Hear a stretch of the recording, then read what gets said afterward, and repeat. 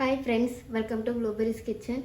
Blueberries கிச்சனில் இன்றைக்கி நம்ம பார்க்க போகிறது என்னென்னா கல்யாணம் வீட்டு உருளைக்கிழங்கு பீன்ஸ் வறுவல் ரெசிபி தாங்க. இன்றைக்கி நான் பண்ணுற மணிக்காகவே நீங்களும் பண்ணி பாருங்களேன், டேஸ்ட்டு சூப்பராக இருக்குங்க. இப்போ வாங்க நம்ம வீடியோக்குள்ளே போகலாம்.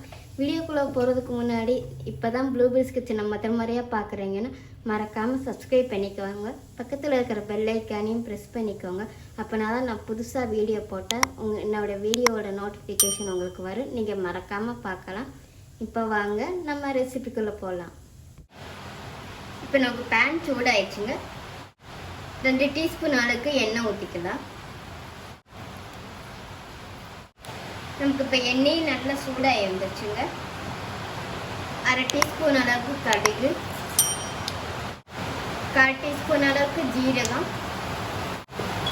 1/4 டீஸ்பூன் அளவுக்கு சோம்பு. நமக்கு இப்போ சேர்த்துருந்த கடுகு ஜீரகம் எல்லாமே நல்லா புரிஞ்சு வந்துடுச்சுங்க. ஒரு பெரிய வெங்காயம் இந்த மாதிரி பொடியாக கட் பண்ணி வச்சுருக்கேங்க.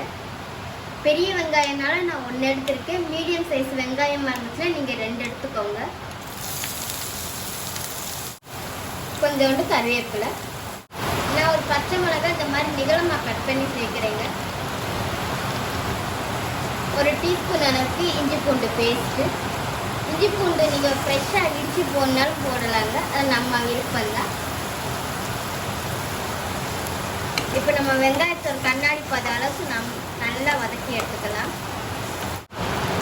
வெங்காயத்தை நம்ம இப்போ கண்ணாடி பத அளவுக்கு நான் நல்லா வதக்கி எடுத்துருக்கேங்க. இப்போ நம்ம இதில் மீடியம் சைஸில் ஒரு தக்காளி இந்த மாதிரி பொடியாக கட் பண்ணி வச்சுருக்கேன். இப்போ அந்த தக்காளி நம்ம இதில் சேர்த்துக்கலாம். 1/4 டீஸ்பூன் அளவுக்கு மஞ்சள் பொடி,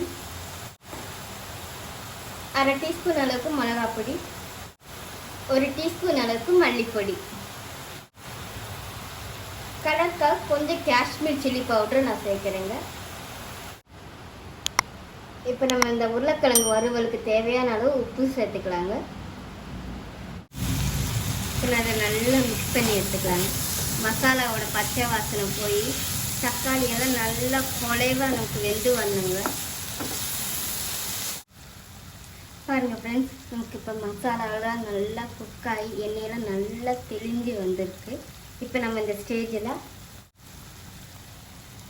நான் ஏற்கனவே க்ரீன் பீஸை வேக வச்சு தாங்க நான் எடுத்திருக்கேன். இப்போ இந்த க்ரீன் பீஸ் இதில் நான் சேர்த்துக்கிறேன். உருளைக்கிழங்கே நான் வேக வச்சு தாங்க நான் எடுத்திருக்கேன். உருளைக்கிழங்கை நம்ம இந்த மாதிரி கட் பண்ணி சேர்க்காம இந்த மாதிரி மசிச்சு விட்டுக்கோங்க.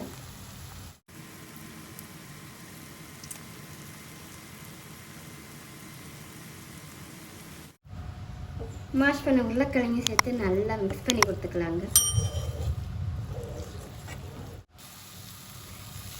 அவ்வளோதான் ஃப்ரெண்ட்ஸ், நமக்கு அந்த உருளைக்கிழங்கும் அந்த மசாலாவும் நல்லா மிக்ஸ் ஆகி வந்தால் போதும். இந்த மாதிரி மசாலா ஒன்றுமே பிரியாமல் அந்த உருளைக்கிழங்கோடு சேர்ந்து இருக்கணுங்க.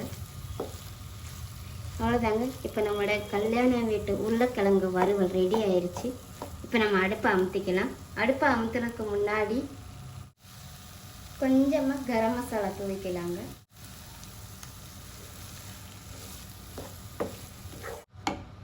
அவ்வளோதான் ஃப்ரெண்ட்ஸ், இப்போ நமக்கு அருமையான நம்முடைய கல்யாண வீட்டு உருளைக்கிழங்கு வறுவல் ரெடி ஆயிடுச்சு. இப்போ நம்மளுடைய அருமையான கல்யாண வீட்டு உருளைக்கிழங்கு வறுவல் ரெடி ஆயிடுச்சு. இன்றைக்கி நான் ட்ரை பண்ண மணிக்காகவே இந்த ரெசிபி நீங்களும் ட்ரை பண்ணி பாருங்களேன், டேஸ்ட்டு சூப்பராக இருக்குங்க. மறக்காமல் ட்ரை பண்ணுங்கள். ட்ரை பண்ணி பார்த்துட்டு எப்படி இருந்துச்சுன்னு கமெண்ட் பண்ணுங்கள். அப்படியே ப்ளூபெரிஸ் கிச்சனையும் சப்ஸ்கிரைப் பண்ணிக்கோங்க. தேங்க்யூ.